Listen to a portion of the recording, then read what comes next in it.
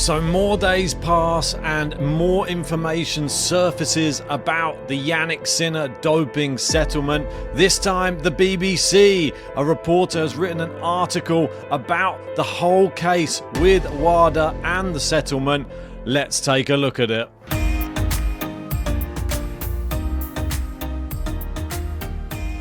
Right, and before we go anywhere, make sure you have hit a like and subscribe to the channel, because only 30% of you are subscribed. 70% of you haven't hit that button. Appreciate all of you. Let's get stuck into this Jannik Sinner and this doping settlement yet again. And now we have an article written by a reporter from the BBC called Jonathan Ureko, and he's pretty much just gone into some of the more interesting details, let's say, about the settlement. I'm going to get into my thoughts about it after I've read through it, but Ollie Tennis has summarised some of the big points here, so let's just go through those. And it says here, according to the BBC, WADA approached Sinner's team seeking a settlement twice, with Jannik hesitant to accept any ban. So this is contrary to what we were hearing before, where WADA were pushing for the big ban, and it was Jannik Sinner's team trying to reduce the ban, let's say, to a smaller one. Now it's saying it's the opposite, and WADA were the ones pushing for the settlement. It says here, with time ticking before the CAS hearing in April, WADA made two approaches to Sinner's team for the case resolution agreement. His lawyer Singer said it was quite tricky to convince Sinner to take the offer.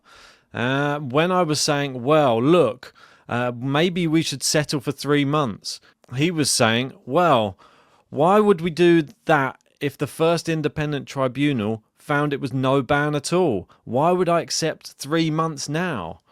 That's a good point. If he's innocent and he believes in it. So my advice was, no one ever knows what's going to happen at a hearing. We know that WADA are pushing for a year. If we don't accept their offer, then they will go to court looking for a year, and who knows what those 3 judges could do. There you go. So that's sort of the main part of the statement. I'll post a link to the full article, which is on the BBC, in the description and in the comment section as well. But looking at this, I mean, it's interesting that this is coming out now and surfacing. Why are we only finding this information? It's like we're getting drip-fed information as there's an uproar from the tennis world.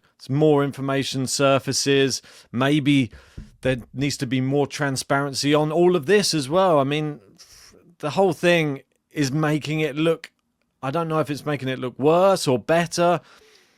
It's confusing. That's all I can really say, is I don't know which way to really think. If this is true, what's being reported by the BBC, then it would suggest Jannik Sinner's innocence, and he was just wanting to have no ban and wanting to prove his innocence in court and believed he could do so. There's always a risk that could be run, though, where he could be found guilty and could serve a year ban. So it's a very, very tricky thing. As it says in the middle here, his lawyer said it is tricky. And I'd have watched Gil Gross's podcast as well. Some interesting points as well, saying, yeah, I mean, there's a lot of people questioning why did he get to have a settlement in between the slams. And I do agree with Gil that, yeah, it is a settlement. Like, you will come to a settlement, and it has to be beneficial for both sides. They're looking for a ban. Sinner's looking to not miss tournaments that he wants to play, and they come to an agreement. Is it the correct agreement? Apparently for both sides it is the correct agreement. Is there something else playing behind the scenes? That's the big question that everybody's asking. And the fact that the BBC are now becoming involved, call me Mr. Conspiracy, when big media corporations start putting out these type of statements, I tend to believe it less these days, because it's more the independent media that should be trusted, considering how much the global media has lied to the masses over the course of the last 5 years.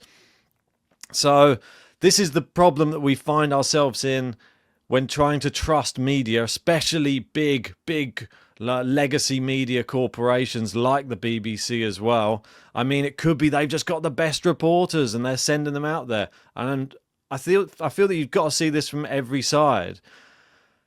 It could well be true. I mean, I literally have no clue anymore. This is the problem now with so much information, that everything becomes quite muddy. I'm going to go to some of the other tweets that I've just found as well. This is just obviously other players reacting. I thought Juan Martin del Potro, he sort of summed it up as best he could as well. And I think he does make a good point. He said, I see the situation as strange. Said, I think everyone here lost a bit of credibility. The ATP, the anti-doping systems, Sinner's image, the fans. I don't think anybody came out with any positive. And I think he's actually hit the nail on the head. Everybody loses here. Because now the doping authorities, are they trusted anymore? Is the media trusted anymore? Are we trusting... Who do we trust? Do we trust the ATP? I mean, tell me in the comment section what you think about it all. Do you think there needs to be a big shake-up now on the whole doping system? What needs to happen? Does there just need to be a transparency that is straight from the off, so everybody gets told about everything in the tennis world when it comes to doping? It's one of these, it's a crazy story. I mean, the fact it's created so much toxic energy as well on X. I mean, I know I shouldn't give a voice to Pavi G, but he has put out a tweet which saves me listing the players that have actually spoken about the scandal. And this is the only reason I'm bringing up one of his tweets, just because he's listed them all, and it saves me having to go and find them. He's got Kyrgios, Kafelnikov, Wawrinka, Djokovic, Zverev, Brody, Moore, Jarry, Bublik, Pegula, Moratoglu, Tiriac, Del Potro, Bartoli, Dimonor, Rublev, Medvedev, Locke, Goffin, Ruzetsky, Isner, Querrey, Johnson, and Sock. I mean, that is a list of players, but they're only doing the same thing that I'm doing right now and speaking about the information they've been provided, which I feel that the lack of transparency in this whole thing, and the fact that now we're getting a little bit more information, a tiny little bit more of it. Give us all the facts. Once we have all the facts, then everybody can make their own decision.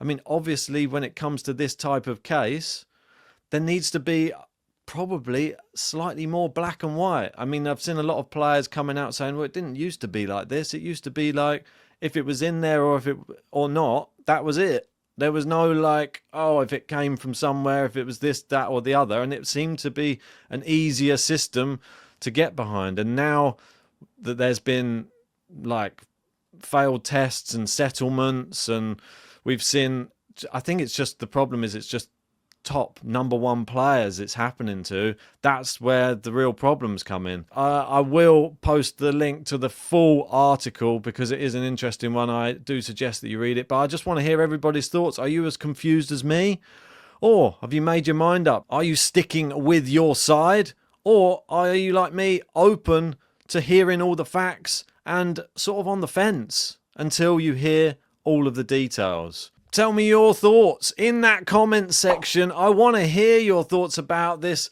I do read all of them. I have been reading a lot of people saying that they think I'm totally against Jannik Sinner. I'm not totally against Jannik Sinner. I'm totally against the system, really, and the transparency.